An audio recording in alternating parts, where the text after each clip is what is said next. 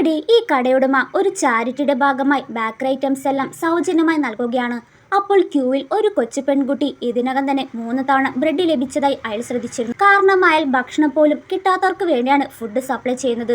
അവളുടെ കയ്യിലാണെങ്കിൽ കഴിക്കാനുള്ള ഫുഡ് ഉണ്ടായിട്ട് ഫുഡ് വീണ്ടും വാങ്ങാനായി വന്നിരിക്കുകയാണെന്ന് കരുതി അവൾ പിടിച്ചു മാറ്റി.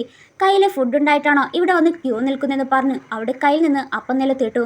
രോഗികളായ 3 സഹോദരന്മാരാണ് തനിക്കുള്ളത്, അവർക്കുള്ളതാണ് എന്ന് പറയുമ്പോൾ അത് കൊണ്ടുവന്ന് കൊടുത്തില്ലെങ്കിൽ ആശുപത്രിയിൽ അവർ പട്ടിണി കിടന്ന് മരിക്കും. എന്നാൽ ആരും അവൾ പറയുന്നത് വിശ്വസിച്ചില്ല. ഈ ലോകത്ത് ആൾക്കാർക്ക് എങ്ങനെയാണ് ഇത്ര ദൂരത്തിൽ ജീവിക്കാൻ കഴിയുക എന്ന പട്ടിയിലായിരിക്കും. സോ അവളുടെ പോക്കറ്റിൽ നിന്ന് നിരവധി കടലാസ് ഷീറ്റുകൾ പുറത്തെടുത്ത് സഹോദരന്മാരുടെ മെഡിക്കൽ ബിൽ റിപ്പോർട്ട്സും ഒക്കെ കൊടുത്തു. അത് കണ്ടപ്പോൾ അയാൾ തന്നെ അയാളുടെ മുഖത്തടിച്ചു. എന്നിട്ട് അവളുടെ ക്ഷമ പറഞ്ഞു. അവളുടെ കയ്യിലുണ്ടായ ഭക്ഷണം താഴെയിട്ടതിന് പശ്ചാത്താപം തോന്നി കടയുടമ ഉടൻ തന്നെ അവരുടെ ദൈനംദിന ഭക്ഷണം താൻ നൽകുമെന്ന് പറഞ്ഞു. ചുറ്റുമുള്ള ആൾക്കാരുകൾ പെൺകുട്ടികൾക്ക് അവരുടെ ചില്ലറ പണം നൽകി. അവരുടെ കൈവശമുള്ള ഫുഡ് സാധനങ്ങളും ആ പെൺകുട്ടിക്ക് നൽകി. ആ പെൺകുട്ടി എല്ലാവർക്കും മുന്നിൽ മുട്ടുകൊത്തി നന്ദി പറഞ്ഞു. പിന്നെ ഈ ദയുള്ള ആളുകൾ നൽകുന്ന പണം കൊണ്ട് അവൾ 3 ചിക്കൻ പീസുകൾ വാങ്ങി ആശുപത്രിയിലേക്ക് മടങ്ങി. അവൾ തൻ്റെ സഹോദരന്മാർക്ക് ഓരോന്ന് കൊടുത്തു. അവൾക്ക് വേണ്ടിയെന്ന് ചോദിക്കുമ്പോൾ അവൾ പുറത്തുനിന്ന് കഴിച്ചിട്ടാണ് വന്നതെന്ന് കള്ളം പറയുകയാണ്. അവളുടെ സഹോദരന്മാർ ആദ്യമായിട്ടാണ് ചിക്കൻ കഴിക്കുന്നത് കണ്ട് അവൾക്ക് ഒരുപാട് ഹാപ്പി.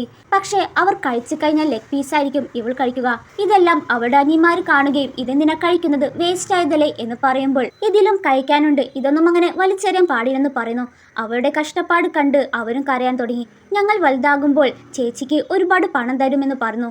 പെട്ടെന്ന് ഡോക്ടർ എത്തി 3 സഹോദരന്മാരോട് റൂമിലേക്ക് കയറാനായി പറഞ്ഞ് അവളോട് അവളുടെ സഹോദരന്മാരെ ദത്തെടുക്കാൻ ഒരു പാരൻസ് വന്നിട്ടുണ്ട്, കൂടാതെ അവരുടെ മെഡിക്കൽ ചെലവും അവർ നോക്കിക്കൊള്ളുന്നു പറഞ്ഞു. അവൾക്കാണെങ്കിൽ അവരെ ഇനി ഒരിക്കലും കാണാൻ കഴിയില്ല എന്നൊരു വിഷമമാണ്. അങ്ങനെ അവരെ കൊണ്ടുപോകാനായി ഒരു ആഡംബര കാർ വന്നു. എന്നാൽ അവരുടെ സഹോദരി അവരോടൊപ്പം കയറില്ലെന്ന് കണ്ടപ്പോൾ അവരും ഇറങ്ങാനായി വാശി പിടിച്ചു. ഭാവിയിൽ അവരെ നന്നായി പരിപാലിക്കുമെന്നുള്ള വിശ്വാസത്തിലാണ് അവൾ അവരെ പറഞ്ഞയച്ചത്.